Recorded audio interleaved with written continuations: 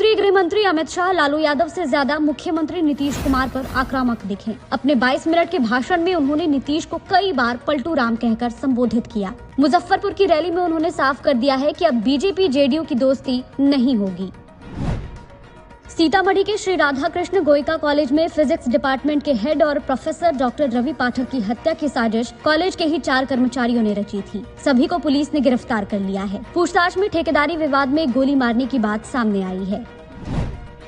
राज्यपाल राजेंद्र विश्वनाथ आर्लेकर शिक्षा विभाग के अपर मुख्य सचिव के पाठक पर भड़क गए। उन्होंने कहा कि अगर हमारे बच्चे स्कूल छोड़कर बाहर जाते हैं तो उन्हें विद्यालय से वंचित नहीं करना चाहिए। शिक्षा विभाग ने राज्य में अलग अलग सरकारी स्कूलों में पढ़ाई कर रहे कुल 20,87,063 स्टूडेंट्स का रजिस्ट्रेशन कैंसिल कर दिया है।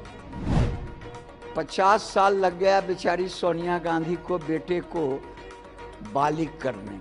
केंद्रीय मंत्री गिरिराज सिंह ने राहुल गांधी को आड़े हाथ लिया। मुजफ्फरपुर में अमित शाह की रैली से पहले मीडिया से बात करते हुए उन्होंने कहा, कांग्रेस वाले कई सालों से राहुल गांधी को प्रधानमंत्री बना रहे हैं। मुजफ्फरपुर में बदमाशों ने एसबीआई के एटीएम को गैस कटर से काटकर 35 लाख रुपए उड़ा लिए। आसपास के लगे सीसीटीवी को खंगाला जा रहा है। पुलिस मामले की छानबीन में जुट गई है। जन्मदिन से पहले राजद कार्यकर्ताओं ने तेजस्वी को भावी सीएम बताया है। राजद कार्यालय के बाहर और अन्य जगहों पर तेजस्वी का पोस्टर लगाया गया है। इधर पटना में श्री कृष्ण सिंह की जयंती पर तेजस्वी यादव ने कहा कि सबको वोटिंग का अधिकार है, लेकिन मोदी जी आ जाएंगे तो वोटिंग ही खत्म कर देंगे। पटना के कंकड़बाग इलाके में दिन दहाड़े गोलीबारी से हड़कंप मच गया। तिवारी बेंचर्स के पास 7 से 8 की संख्या में आए बदमाशों ने एक शख्स पर गोली चला दी। थाना अध्यक्ष ने गोलीबारी की पुष्टि नहीं की है। पुलिस के मुताबिक बदमाशों के हाथ में हथियार नहीं, खिलौना था। पटना में पत्नी के सामने बदमाशों ने उसके पति को बेरहमी से पीटा, फिर करंट लगाकर उसकी हत्या कर दी। मामला गाय खरीदने के विवाद से जुड़ा है। मृतक दिलीप अपनी गाय को बेचने जा रहे थे, तभी पड़ोसी मुंशी यादव ने इस वारदात को अंजाम दिया।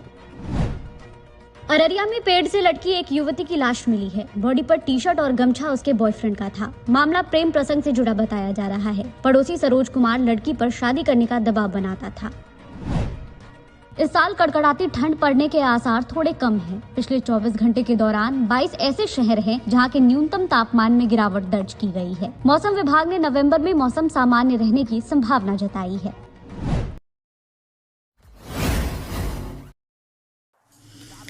राज्य के अधिकतर भागों में मौसम शुष्क बना हुआ है। वहीं पछुआ हवा का प्रवाह बढ़ने से ठंड का अनुभव हो रहा है।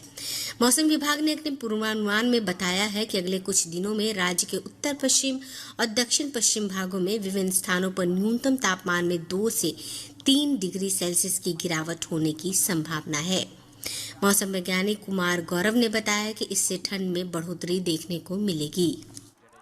अगले 24 घंटों के दौरान राज्य का मौसम आमतौर से शुष्क बना रहेगा एवं सुबह के समय धुंध छाए रहने का पूर्वानुमान है। साथ ही हिमालय की तलहटी एवं राज्य के पश्चिमी भाग के कुछ स्थानों में हल्के स्तर का कुहासा छाए रहने की संभावना है। अगले 4 दिनों के दौरान राज्य के उत्तर पश्चिम एवं दक्षिण पश्चिम भागों के जिलों में न्यूनतम तापमान में 2 से 3 डिग्री सेल्सियस की कमी होने का पूर्वानुमान है। गोपालगंज जिले में लोगों को आपात स्थिति में तत्काल एम्बुलेंस की सुविधा उपलब्ध कराने के लिए आज जीवनदायक मोबाइल ऐप की शुरुआत की। जिलाधिकारी डॉक्टर नवल किशोर चौधरी ने इसे लॉन्च किया। जिलाधिकारी ने कहा कि ऐप के माध्यम से लोगों को 3 प्रकार की एम्बुलेंस सेवाएं उपलब्ध होंगी। उन्होंने कहा कि एक ही ऐप के माध्यम से 102 एम्बुलेंस सेवा और मुख्यमंत्री एम्बुलेंस योजना की सुविधा उपलब्ध होगी। इसके अलावा इसी के माध्यम से निजी अस्पतालों की ओर से संचालित सेवाएं भी मिलेंगी। पश्चिम चंपारण जिले के बेतिया स्थित महाराजा स्टेडियम में विद्या भारती अखिल भारतीय शिक्षण संस्थान की ओर से 34वें राष्ट्रीय खेलकूद सह एथलेटिक्स समारोह शुरू हुए। राज्यपाल राजेंद्र विश्वनाथ आर्लेकर ने खेलों का आज उद्घाटन किया। प्रतियोगिता में देश के विभिन्न हिस्सों से 850 से अधिक खिलाड़ी भाग ले रहे हैं। यह प्रतियोगिता 8 नवंबर तक चलेगी। समारोह को संबोधित करते हुए राज्यपाल ने कहा कि विद्यार्थियों को खेल के क्षेत्र में भी कैरियर बनाने का सोचना चाहिए। उन्होंने कहा कि खेल कूद प्रतियोगिता में भाग लेकर आज की पीढ़ी देश का और राज्य का नाम रोशन कर सकती है। प्रसिद्ध पटना पुस्तक मेले का आयोजन इस बार गांधी मैदान में 1 दिसंबर से किया जाएगा। यह 12 दिसंबर तक चलेगा। पिछले 38 वर्षों से पटना के गांधी मैदान में पुस्तक मेले का आयोजन centre for readership development CRD द्वारा किया जा रहा है। पुस्तक मेला के अध्यक्ष रत्नेश्वर ने आज संवाददाता सम्मेलन में बताया कि कई सांस्कृतिक, शैक्षिक और साहित्यिक कार्यक्रम भी आयोजित किए जाएंगे। इसके अंतर्गत बच्चों, महिलाओं, संस्कृति कर्मियों और साहित्यकारों के लिए विविध प्रकार के कार्यक्रम आयोजित होंगे। उन्होंने बताया इस बार 100 से अधिक प्रकाशकों के पुस्तक मेले में भाग लेने की संभावना है। आयोजकों की ओर से इसमें स्कूली बच्चों को स्कूल ड्रेस में फ्री एंट्री होगी। वहीं कॉलेज के विद्यार्थियों को उनके परिचय पत्र के आधार पर एक टिकट फ्री में दिया जाएगा। समस्तीपुर जिले के वरिष्ठ पत्रकार अरुण सिंह का आज दिल का दौरा पड़ने से नई दिल्ली में निधन हो गया। वे संवाद समिति UNI के ब्यूरो प्रमुख भी थे।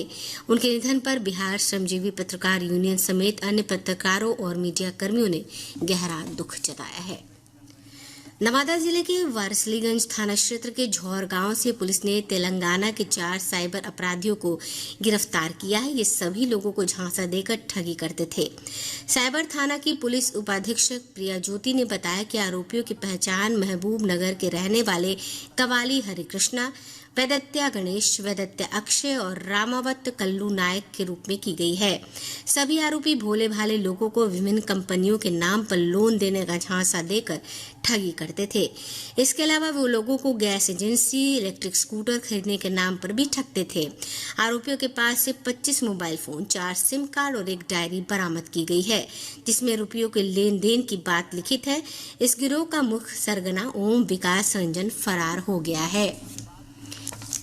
सीतामढ़ी जिले के बाजपट्टी प्रखंड के बर्री गांव में चिमनी के गड्ढे भरे पानी में डूबने से आज 3 बच्चों की मौत हो गई। स्थानीय लोगों की मदद से 3 शवों को निकाल लिया गया है। इधर बांका जिले के आनंदपुर और सुइया थाना क्षेत्र में अलग अलग घटनाओं में पानी भरे गड्ढे में डूबने से 2 बच्चों की मौत हो गई। मुजफ्फरपुर के कांटी स्थित NTPC प्लांट में आज सतर्कता जागरूकता सप्ताह समापन समारोह आयोजित किया गया। इस दौरान 31 अक्टूबर से NTPC में कई जागरूकता कार्यक्रम आयोजित किए गए।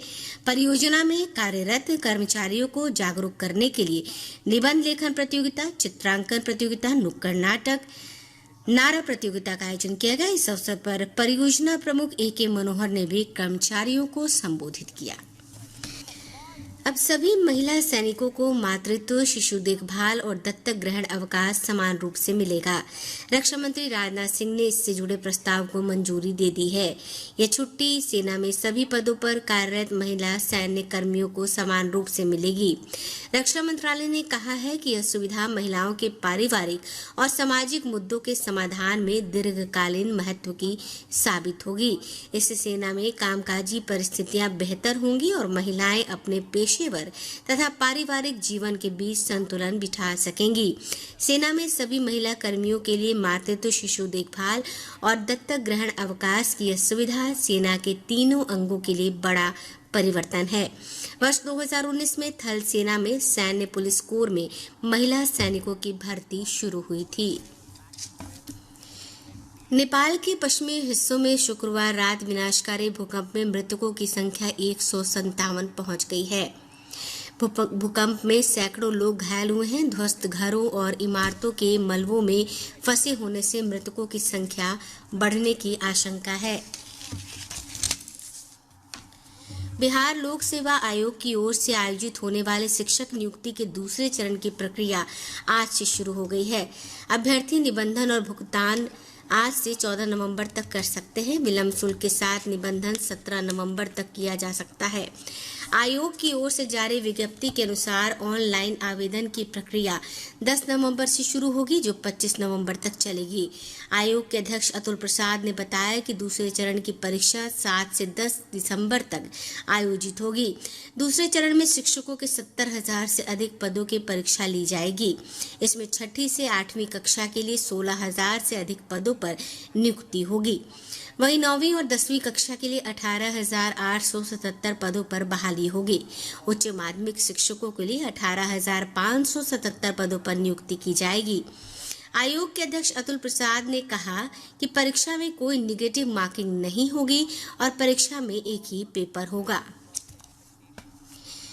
बिहार विधानमंडल का शीतकालीन सत्र कल से शुरू हो रहा है। 5 दिनों के इस सत्र के पहले दिन चालू वित्तीय वर्ष का द्वितीय अनुपूरक बजट सदन पटल पर रखा जाएगा।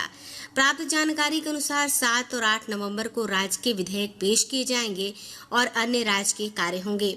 9 नवंबर को अनुपूरक बजट पर वाद विवाद और मतदान होगा। सत्र के दौरान जातीय गणना की रिपोर्ट भी सदन पटल पर रखी जाएगी।